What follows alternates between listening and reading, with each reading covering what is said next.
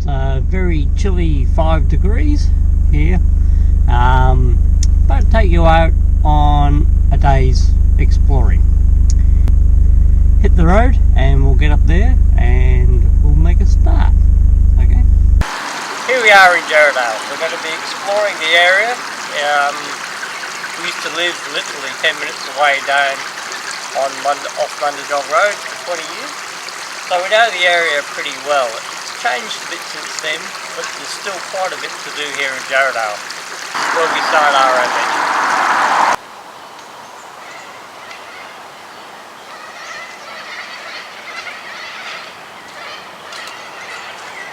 On the south bank of Gurralong in 1872, Jarrahdale had the first sawmill built in the area by the Rockingham Jarrah Company. They would build the jarrah here and then they would take it down to Rockingham and ship it out from the jetty. So this log here, the centenary log, was officially unveiled in 1972, 100 years after that sawmill was built. So, hence the centenary log.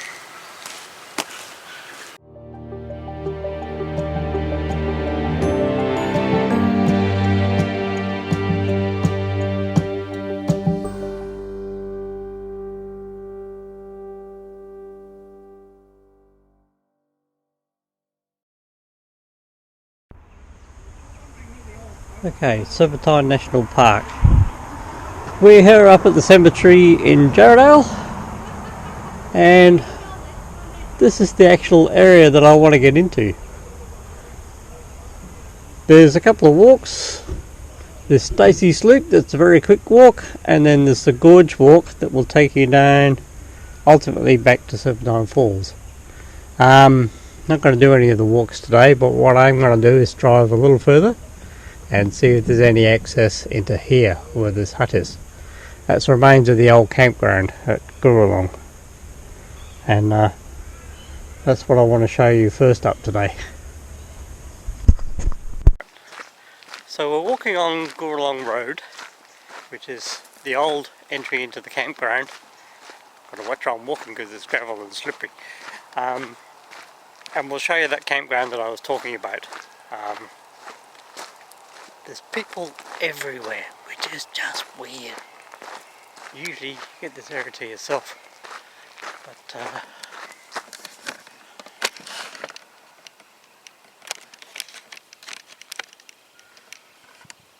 why someone will be running through the bush is anybody's guess.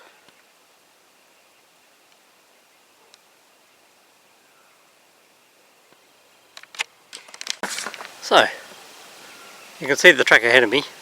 Like I said, this is Gurralong Brook. Just keeping an eye out because there's people running through the bush, which is, well, it's a little off-putting. Anyway, we'll keep going. So this is the road that continues down into the campsite, or what used to be the campsite. And for those that have been to Nanga Mill, if they shut Nanga Mill, this is what it would look like. Pine trees, open ground between them. You can see where places have been levelled for tents and caravan parks, and we'll show you a little bit more.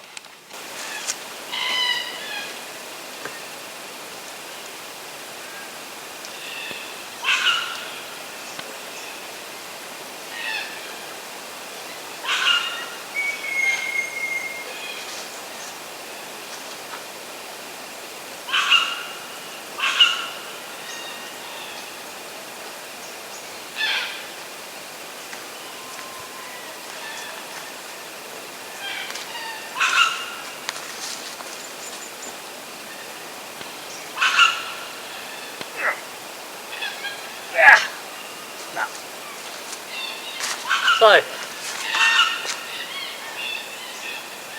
toilets or showers? Showers, I think actually, showers. See pipe going over the top.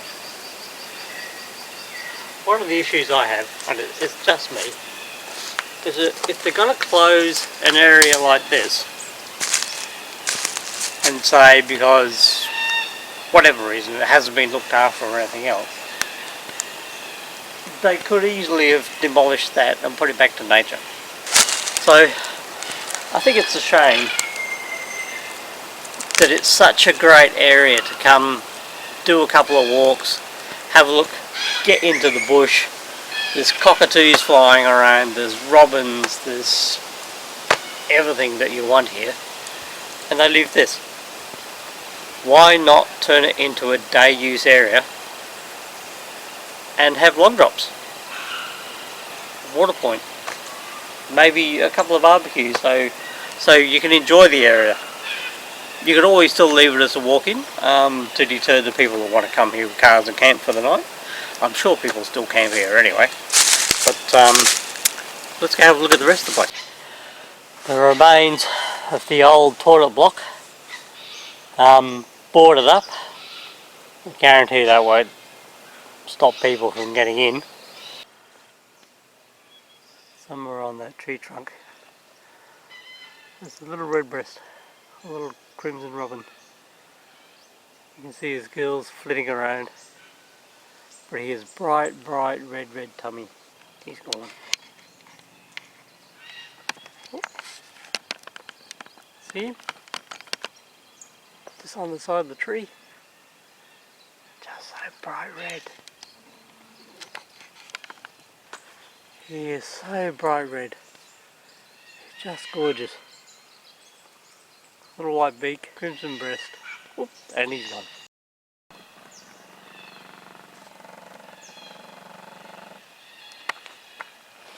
So this, looking back up towards the toilets, I can hear voices, so I expect to be joined very shortly.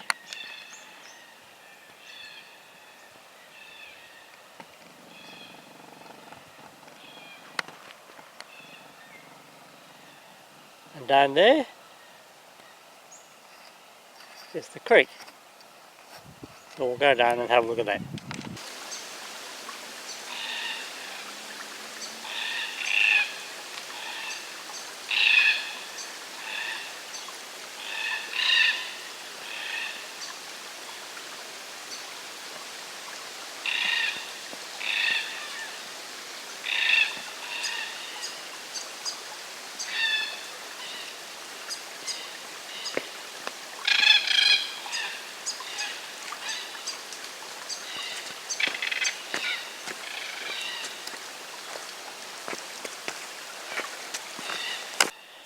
Standing on the bridge at the creek, I'm still hearing voices. There's people walking around in the pines to my right.